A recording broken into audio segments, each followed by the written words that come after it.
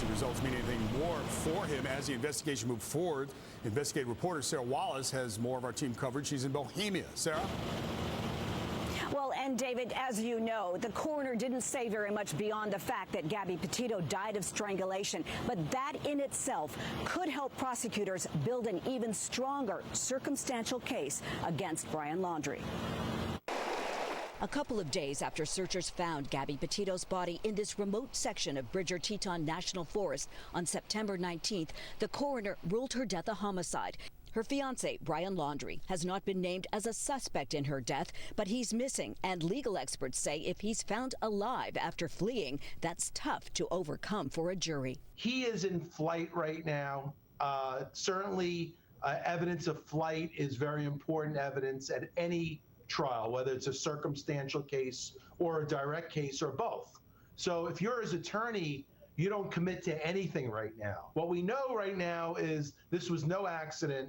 This is a homicide. We don't know the degree of the homicide. We can only speculate right now. And certainly evidence of speculation and guesswork and hypothesis is not part of the trial.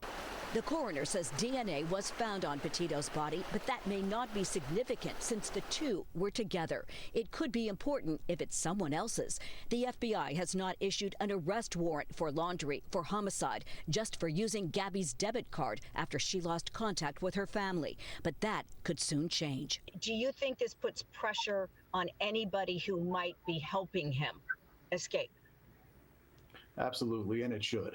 You know, people don't just disappear off the face of the earth the way Brian Laundrie has.